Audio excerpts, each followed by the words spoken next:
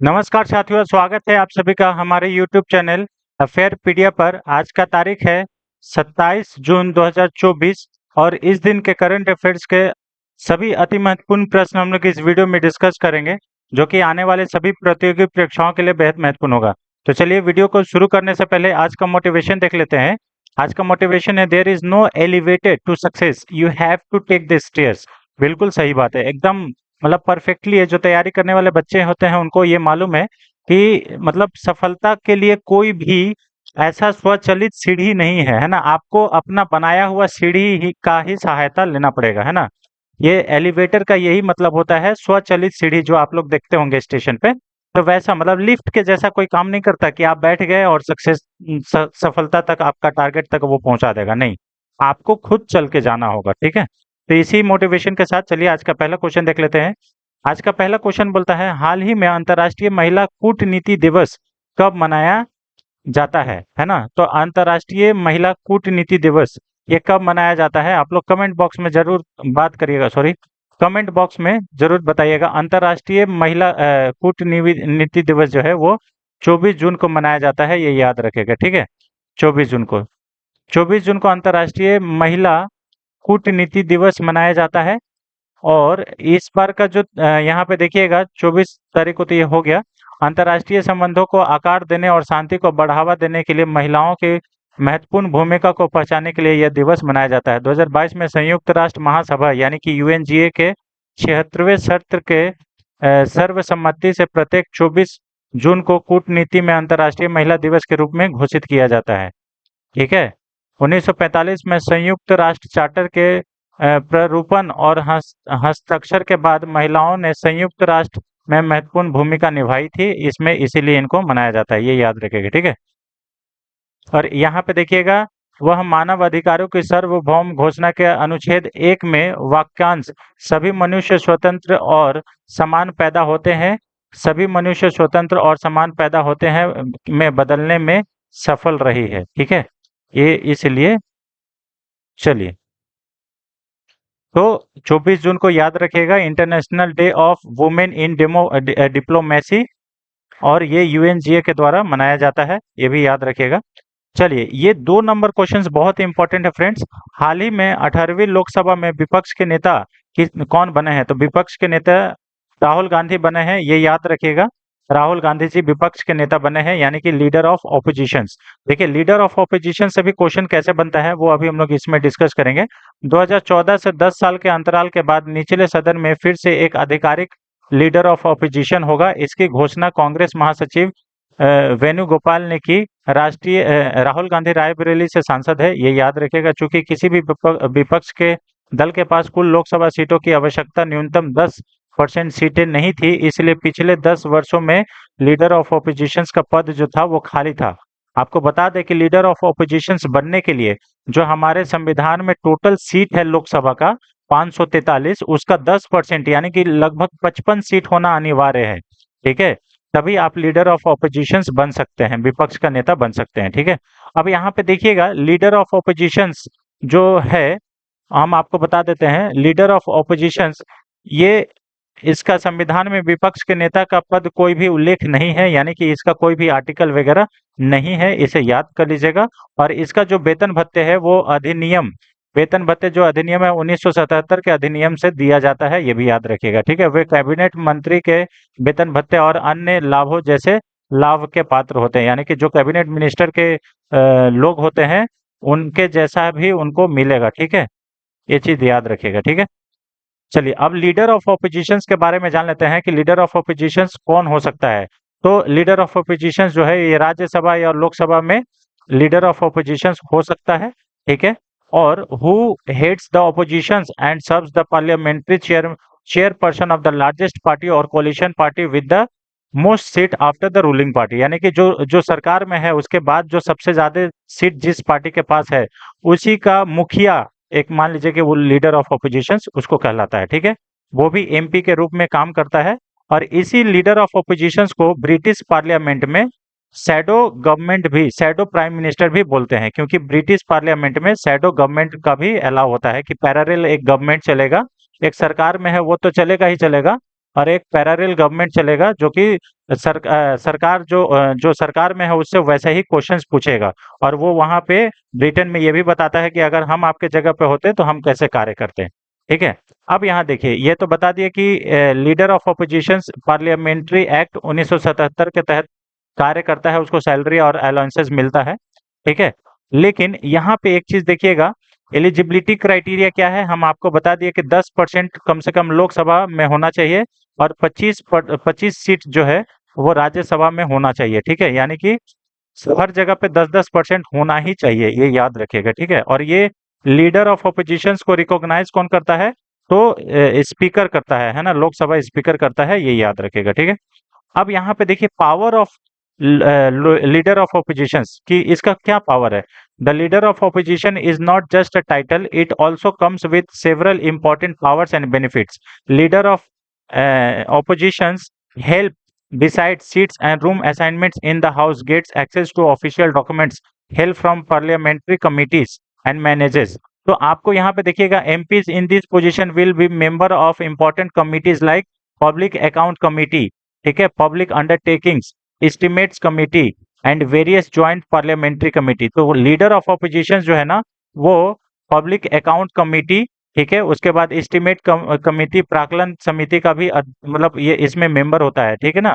तो ये क्वेश्चंस यहाँ से पूछता है कि मतलब पब्लिक अकाउंट कमेटी में कौन कौन मेंबर होता है, तो उसमें लीडर ऑफ ऑपोजिशंस भी होता है, ये भी याद कर लीजिएगा। ठीक है, इंपॉर्टेंट है। चलिए क्वेश्चन नंबर 3 पे आते हैं। हाल ही में केंद्रीय स्वास्थ्य और परिवार कल्याण मंत्री का नाम बताइए जिन्होंने 24 जून को नई दिल्ली में राष्ट्रीय स्टॉप डायरिया अभियान 2024 लॉन्च किया है। तो अभी हमारे न्यू हेल्थ मिनिस्टर जो बने हैं वो जगत प्रकाश नड्डा बने हैं, जेपी नड्डा, जो कि बीजेपी से सांसद है, ये याद रखिएगा, इंपॉर्टेंट है। पहले जो ये थे, मनसुख मंडाविया थे हमारे हेल्थ मिनिस्टर, अभी कौन है, जगत प्रकाश नड्डा, और इन्होंने national stop diarrhoea campaign 2024 launch किया है नई दिल्ली में, ये याद रखें। ऑप्शन नंबर 20 का सही आंसर। ठीक है। बाकी सारा चीज हमने यहाँ पे बता दिया। बच्चों को ओरल डिहाइड्रेशन सॉल्ट और जिंक की गोलियां वितरित करके अभियान की शुरुआत की गई है। 2 महीने तक चलने वाला ये अभियान 1 जुलाई से 31 अगस्त तक ये चलेगा। ठीक है। डायरिया को रोके अभियान का लक्ष्य बचपन में डायरिया के कारण होने वाली बाल मृत्यु को शून्य करना है। ठीक है। चलिए, डायरिया से बहुत सारे बच्चे का मृत्यु हो जाता है, तो उसी को रोकना है। चलिए क्वेश्चन नंबर 4 पे आते हैं। हाल ही में उल्लास उल्लास नव भारत साक्षरता कार्यक्रम के तहत निम्नलिखित में से कौन सा केंद्र शासित प्रदेश पूर्ण कार्यान्वयनात्मक साक्षरता प्राप्त करने वाली पहली प्रशासनिक इकाई बन गई है। तो ऐसा करने वाला लद्दाख बना है। ऑप्शन नंबर 20 का सही आंसर है, ये याद रखेगा। ठीक है। यहाँ पे देखिएगा, लद्दाख पूर्ण कार्यान्वयनात्मक साक्षरता प्राप्त करने वाला पहली प्रशासनिक इकाई बन गई है। ये घोषणा लेह के सिंधु सांस्कृतिक केंद्र में आयोजित एक समारोह में उपराज्यपाल डॉक्टर वीडी मिश्रा ने किया है। तो लद्दाख के उपराज्यपाल कौन है, डॉक्टर वीडी मिश्रा। केंद्र शासित प्रदेश में 97% से अधिक लोग साक्षर है। ठीक है, इस केंद्र लद्दाख में है ना। उल्लास नामक एक केंद्र केंद्र प्रायोजित कार्यक्रम है जिसे न्यू इंडिया साक्षरता कार्यक्रम NILP या नव भारत साक्षरता कार्यक्रम के रूप में भी जाना जाता है। 2022 से 2027 तक ये कार्यक्रम लागू है और ये राष्ट्रीय नई शिक्षा नीति 2020 की सिफारिशों के अनुरूप है। ठीक है। इसका उद्देश्य क्या है, इसका उद्देश्य सभी पृष्ठभूमियों के उन 15 वर्ष और उससे अधिक उम्र के व्यक्तियों को सशक्त बनाना है जो अपनी शिक्षा पूरी करने में सक्षम नहीं थे। ठीक है, ये याद रखिएगा। ठीक है, तो इसमें लद्दाख इंपॉर्टेंट है। ठीक है। क्वेश्चन नंबर 5 पे आते हैं। हाल ही में वन वीक वन थीम, ठीक है, अभियान किसने लॉन्च किया है। तो वन वीक वन थीम जो अभियान है, ये डॉक्टर जितेंद्र सिंह के द्वारा लॉन्च किया गया है। ऑप्शन नंबर 20 का सही आंसर है। डॉक्टर जितेंद्र सिंह, ये जो मिनिस्टर ऑफ स्टेट है, MOS है, और ये कौन सा मिनिस्ट्री है, इनके पास पृथ्वी एवं विज्ञान मंत्रालय है। ठीक है, एटॉमिक एनर्जी, जो प्रधानमंत्री के पास मिनिस्ट्री है ना, बढ़िया बढ़िया, वो अर्थ sciences ministry, science and technology ministry, ये डॉक्टर जितेंद्र सिंह है। लेकिन doctor Jitendra Singh minister of state है और प्रधानमंत्री वो मंत्री हैं, ये याद रखेगा। ठीक है, ऑप्शन नंबर 20 का सही आंसर है। हम्म। चलिए, अब यहाँ पे देख लीजिएगा। This campaign will show cause showcase the recent success story of India in different streams of science and technology। ये कैंपेन से ये मालूम चलेगा कि भारत का जो रिसेंटली तरक्की किया है साइंस एंड टेक्नोलॉजी में, है ना, वो सब सारा चीज इसमें दिखाएगा, है ना, ये याद रखिएगा। चलिए क्वेश्चन नंबर 6 पे आते हैं। हाल ही में किस राज्य सरकार ने राज्य के सभी जिलों में एक प्रधानमंत्री उत्कृष्टता कॉलेज की स्थापना की मंजूरी दी है? तो ऐसा करने वाला मध्य प्रदेश है। ऑप्शन नंबर सी इसका सही आंसर है। मध्य प्रदेश जो है वो सभी जिलों में एक prime minister college of excellence खोलेगा। ऑप्शन नंबर सी इसका सही आंसर है। मध्य प्रदेश सरकार 1 जुलाई को मध्य प्रदेश के सभी 55 जिलों में प्रधानमंत्री उत्कृष्टता महाविद्यालय समारोह पूर्वक उद्घाटन किया जाएगा। एमपी के सीएम डॉक्टर मोहन यादव ये नए सीएम बने हैं, ये याद रखिएगा। ठीक है, प्रदेश में ड्रोन पॉलिसी भी बनाई जाएगी। ठीक है, बाकी सारा चीज इसमें नई शिक्षा नीति के तहत मध्य प्रदेश सरकार द्वारा मतलब ये जो कॉलेज बनेगा इसमें नई शिक्षा नीति को फॉलो किया जाएगा। ठीक है, अब मध्य प्रदेश की बात करते हैं तो यहाँ पे सबसे पहले मैप में देखिए, ये आपको यहाँ पे दिख रहा होगा मैप में जो अभी हम सर्कल कर रहे हैं, ये हमारा भारत का मैप में मध्य प्रदेश का यहाँ पे आप दिख रहा होगा। इसका जो सीमा है वो राजस्थान के भी साथ शेयर होता है, उत्तर प्रदेश के साथ भी शेयर होता है, छत्तीसगढ़ के साथ होता है, महाराष्ट्र के साथ होता है, गुजरात के साथ होता है, ये याद रखिएगा। ठीक है, उत्तर प्रदेश, उसके बाद उत्तर पूर्व में छत्तीसगढ़, दक्षिण में महाराष्ट्र, पश्चिम में राजस्थान एवं गुजरात। ठीक है, मध्य प्रदेश के वर्तमान मुख्यमंत्री मोहन यादव हैं। ठीक है, और वर्तमान राज्यपाल मंगू भाई छगन भाई पटेल है। प्रथम मुख्यमंत्री अगर आपसे पूछे कि मध्य प्रदेश के प्रथम मुख्यमंत्री कौन थे तो रविशंकर शुक्ल थे। और प्रथम राज्यपाल कौन थे तो डॉक्टर पटाभी सीतारमैया थे। ठीक है, जनसंख्या यहाँ पे लगभग 7.5 करोड़ है। पुरुष जनसंख्या 3.76 करोड़ है और महिला जनसंख्या 3.50 करोड़ है। ठीक है, जनसंख्या घनत्व 236 व्यक्ति प्रति वर्ग किलोमीटर है। लिंग अनुपात 331 महिलाएं प्रति 1000 पुरुष है। कुल साक्षरता दर इस राज्य का 69.3% है। पुरुष साक्षरता दर 78.7% है और महिला साक्षरता दर 59.2% है। मुख्य भाषा यहाँ पे हिंदी और उर्दू बोली जाती है और उच्च न्यायालय मध्य प्रदेश का उच्च न्यायालय जबलपुर में है। ठीक है, यहाँ पे जिलों की संख्या 51 है। विधानसभा एक सदनात्मक है, यानी कि विधानसभा है, विधान परिषद नहीं है। ठीक है, अब विधानसभा में सदस्यों की संख्या 230, राज्यसभा में सदस्यों की संख्या 11 और लोकसभा में सदस्यों की संख्या 29। प्रमुख खाद्य फसल गेहूं चावल है। ठीक है, और ज्वार। राजकीय पशु बारहसिंघा, राजकीय पक्षी दूधराज है और 1 नवंबर को राज्य दिवस मनाया जाता है। राजकीय वृक्ष बरगद का पेड़ है। ठीक है, भोपाल, जबलपुर, इंदौर, यहाँ पे सबसे क्लीनेस्ट सिटी इंदौर है, आपको मालूम होगा। प्रमुख नदियां नर्मदा, महानदी, ताप्ती, चंबल। ठीक है, ये सब सारे प्रमुख नदियां हैं। प्रमुख त्योहार गणगौर, सुवाटा और यहाँ पे मेघनाथ, ये सब त्योहार यहाँ पे मनाया जाता है। और यहाँ पे हीरा, पन्ना, लोहा होशंगाबाद में पाया जाता है। डोलोमाइट जबलपुर में पाया जाता है। ठीक है, प्रमुख पुरस्कार एवं सम्मान कालिदास सम्मान, तानसेन सम्मान, तुलसीदास सम्मान, जवाहरलाल नेहरू पुरस्कार, ये सब कहाँ पे दिया जाता है? मध्य प्रदेश में दिया जाता है। प्रमुख राष्ट्रीय उद्यान एवं तो कान्हा राष्ट्रीय उद्यान, पन्ना राष्ट्रीय उद्यान, ये सब गांधी सागर अभ्यारण्य, ये सब मध्य प्रदेश में है। ठीक है, मध्य प्रदेश औद्योगिक निगम भोपाल में है। प्रमुख बांध में बांध सागर बांध सोन नदी पर है। राजघाट बांध ये बेतवा नदी पर है और गांधी सागर बांध ये चंबल नदी पर है। ठीक है, मोती महल ये ग्वालियर में है। चित्रकूट, खजुराहो का मंदिर, सांची का स्तूप, उज्जैन मंदिर, सब यहीं पे स्थित है मध्य प्रदेश में, ये याद रखिएगा। अब ये देखिए चंदेरी फैब्रिक्स, जीआई टैग मिला है मध्य प्रदेश में, चंदेरी फैब्रिक को मिला है। लीदर टॉय ऑफ इंदौर को मिला है। ठीक है, बाकी सारे आप देख लीजिएगा। यहाँ पे नागपुरी ऑरेंज को भी मिला है। Leather toy of Indori logos ये बार बार हो गया है कॉपी। ठीक है, तो इसे देख लीजिएगा। चलिए क्वेश्चन नंबर 7 पे आते हैं। हाल ही में केंद्र सरकार द्वारा निम्नलिखित में से किस मिशन के तहत सफाई अपनाओ बीमारी भगाओ पहल शुरू किया है? तो ये जो शुरू किया गया है स्वच्छ भारत मिशन शहरी 2.0 के तहत किया गया है। ऑप्शन नंबर ए इसका सही आंसर है। ठीक है, इंपॉर्टेंट है। स्वच्छ मिशन शहरी 2.0 के तहत सफाई अपनाओ बीमारी भगाओ पहल शुरू किया गया है। ठीक है, और ये इसका क्रियान्वयन कौन करता है? तो महुआ मिनिस्ट्री के द्वारा क्रियान्वयन किया गया है। किया जाता है शहरी आवास और शहरी मामलों के मंत्रालय।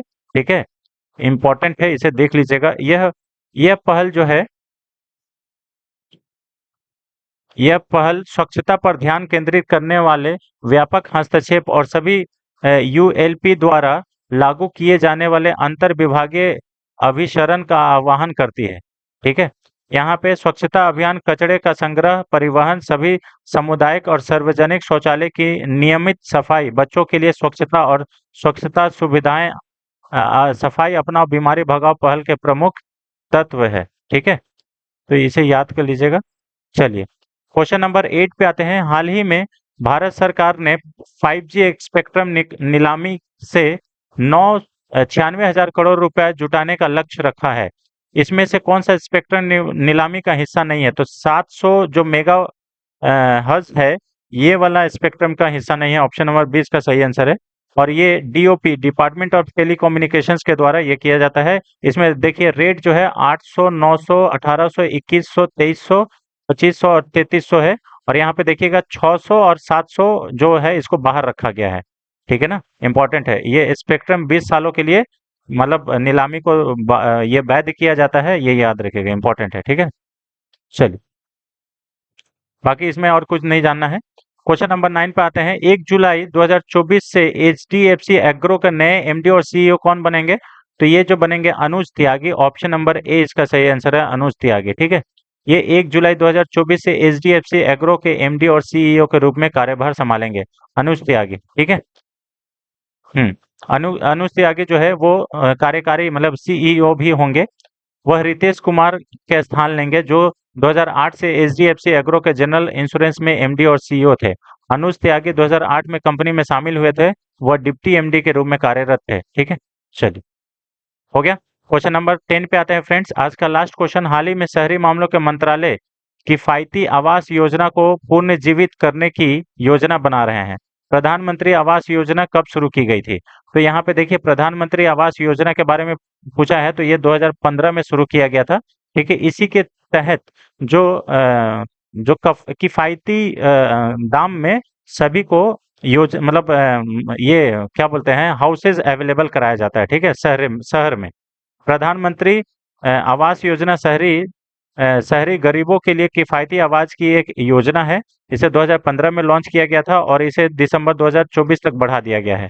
इसका मुख्य उद्देश्य है मलिन बस्तियों में रहने वाले गरीब और मध्य आय वर्ग के लोगों के लिए एक आवास, अच्छी पक्की मकान उपलब्ध कराना। ठीक है, शहरी मामलों के मंत्रालय ने पूंजीगत निवेश 2023-24 और 2022-23 के लिए राज्य को विशेष सहायता योजना की भी घोषणा की है। इसका मुख्य उद्देश्य है राज्य को प्रोत्साहित करके शहरों में बुनियादी शहरी नियोजन, पारिस्थितिकी तंत्र में सुधार और तेजी लाना। ठीक है, इस योजना के तहत पिछले 4 से 5 वर्षों में लगभग 50,000 आवासीय इकाइयों का निर्माण किया गया है। ठीक है, 5 राज्यों में असम, गुजरात, महाराष्ट्र, हरियाणा और राजस्थान में लगभग 44,000 आवास इकाइयों का निर्माण किया गया है। ठीक है, तो ये है अर्बन अफेयर्स मिनिस्ट्री के द्वारा ऐसा बनाया गया है कि हाउसिंग फॉर ऑल इसका टैगलाइन भी है। ठीक है, तो ये इंपॉर्टेंट है, इसे याद कर लीजिएगा। ठीक है, तो ये रहा फ्रेंड्स आज का 10 अति महत्वपूर्ण प्रश्न, जो कि आने वाले सभी प्रतियोगी परीक्षाओं के लिए बेहद महत्वपूर्ण होगा। चाहे आप जिस किसी भी एग्जाम्स के लिए प्रिपरेशन कर रहे हो, सभी एग्जाम्स के लिए बेहद महत्वपूर्ण होगा। ठीक है, तो आप चैनल पे नए हैं तो चैनल को जल्द सब्सक्राइब कर ले और लोगों से ज़्यादा इस चैनल को शेयर करें और वीडियो को लाइक करें, शेयर करें और सब्सक्राइब भी करें। और हाँ, कमेंट बॉक्स में अपना सुझाव जरूर दें कि और हमें इसमें क्या परिवर्तन करना चाहिए। ठीक है, thanks for watching friends, thank you so much. मिलते हैं नेक्स्ट वीडियो में, तब तक के लिए जय Hind, thank you so much.